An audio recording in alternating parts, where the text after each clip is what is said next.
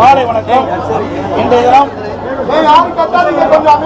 அகில இந்திய பார்வர்ட் கழகத்தினுடைய மாநில பொதுச் செயலாளர், தேசிய துணைத் தலைவர், முன்னாள் சட்டமன்ற உறுப்பினர் டாக்டர் அண்ணன் பி.வி.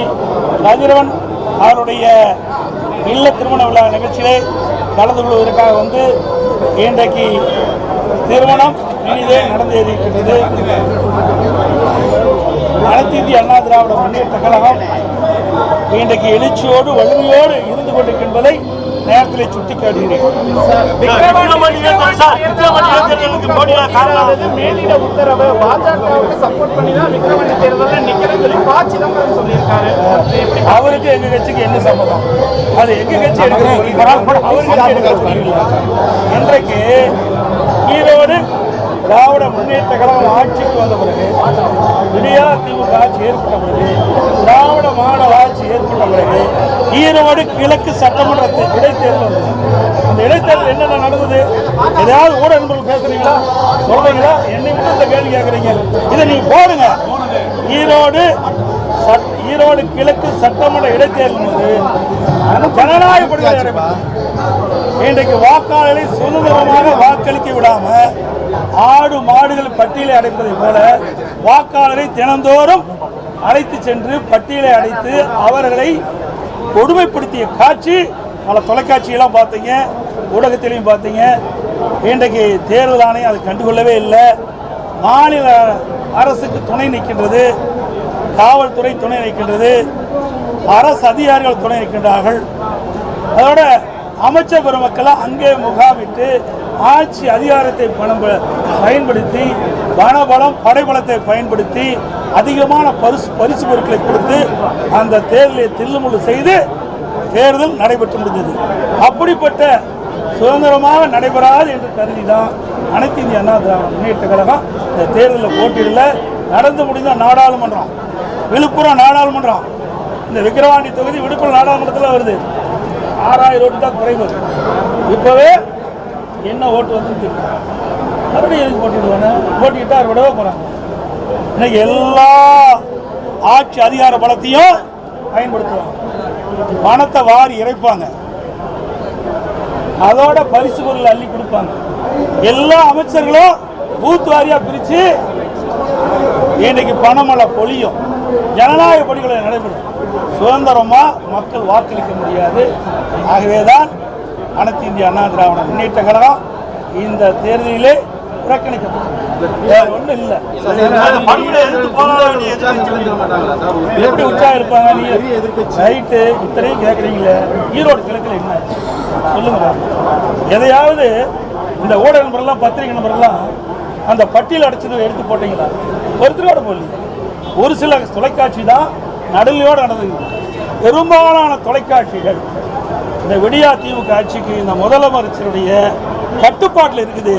36 இடத்துல இந்த ஈரோடு கிழக்கு சட்டமன்ற இடைத்தேர்தலில் கொட்டகை அமைச்சு அப்படி கூட்டணி வேட்பாளருக்கு ஆதரவா இந்த விடியா திமுக அமைச்சர்களும் இந்த அவருடைய கட்சி சேர்ந்தவர்களும் பாடுபட்டாங்களா இல்லையா?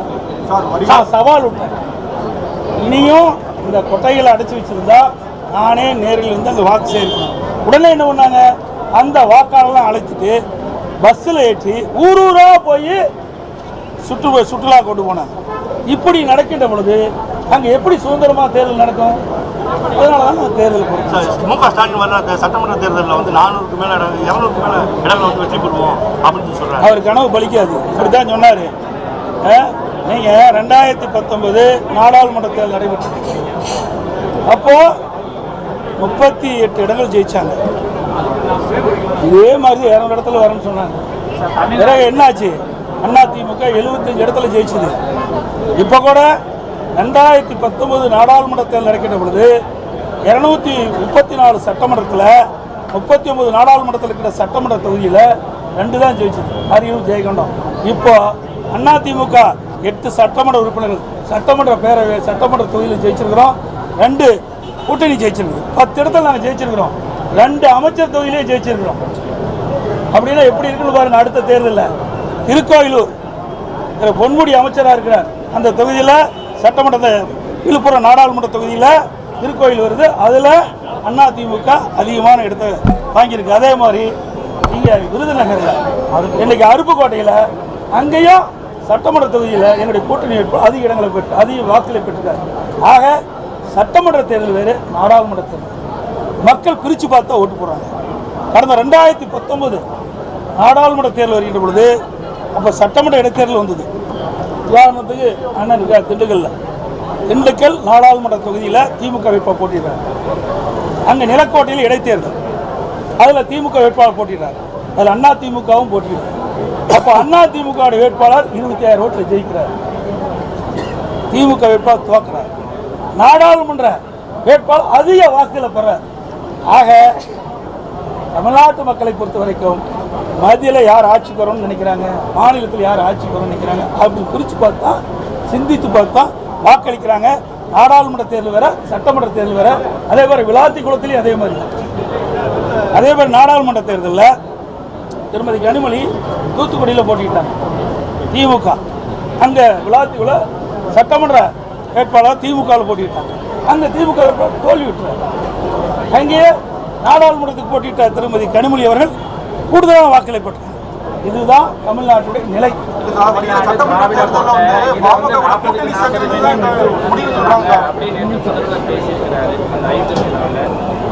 2014 என்ன நடந்தது? எத்தனை இடம் கிடைச்சது திமுக? 2014ஆம் ஆண்டு நாடாளுமன்ற தேர்தலில் எத்தனை இடங்களை திமுக வெற்றி பெற்றது? 9 இடத்துல 3ஆவது இடம் வந்தது.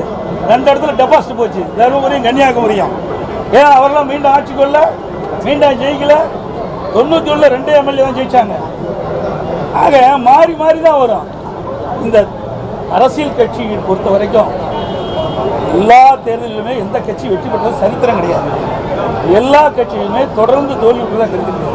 வெற்றி தோல்வி மாறி மாறி தான் வரும்.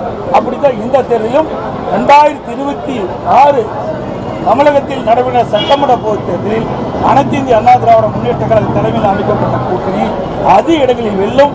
அனைத்து இந்திய அண்ணா திராவிட முன்னேற்ற கழகம் தனி பெரும்பான்மையோட ஆட்சி அமைக்கும். நன்றி, வணக்கம்.